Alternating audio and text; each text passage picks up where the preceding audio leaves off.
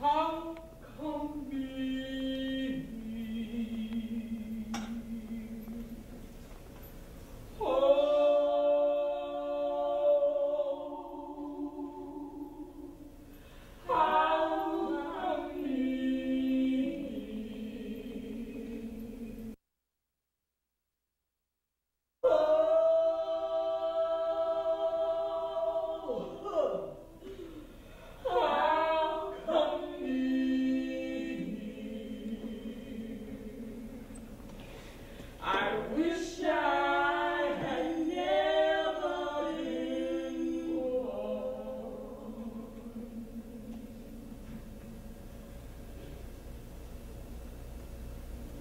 I was born in the Carib Islands. I came here when I was a little girl. I never knew my father and mother. I was a married woman living in South Carolina. I was a girl living in Virginia.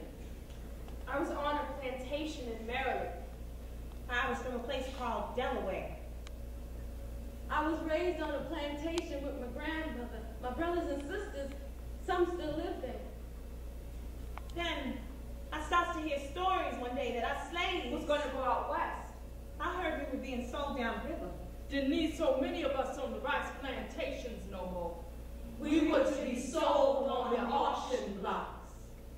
My tobacco wasn't selling no more. My master fell on hard times. They say they need more of us down there, as slaves to pick the cotton. My husband was sold before me to somewhere else. My 2 children were sold same as me. It hurt to see my husband sold, but at least I still had my 2 babies.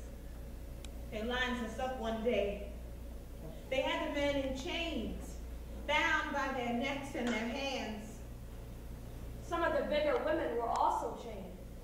Those white folks were scared. Some of those women folk are strong as the men folk. They get up on their horses and we start marching. Some of us, they didn't chain. We just walked with everyone else. Where was I going to go? At times they beat us for walking too slow. They let the horses drink water. They feed them, but we'd be marching. One day while we was walking, those white men started taking us women and doing what they wanted with us. They didn't even try to hide. Some of the women had husbands who had to look on but couldn't do nothing. Then one night they takes my baby girl. She was only about 11 at the time, and I could hear her calling out to me. She cried, "Mama, Mama, what is he doing to me?" I cried out to my baby, "You be all right, baby." but she kept saying, "He's hurting me." That man hit her. He hit her in her mouth. My son was only 13. He tried to help, and he was stabbed right there. The next morning, we had to keep marching with him laying right there. He wasn't dead yet, but we had to leave him.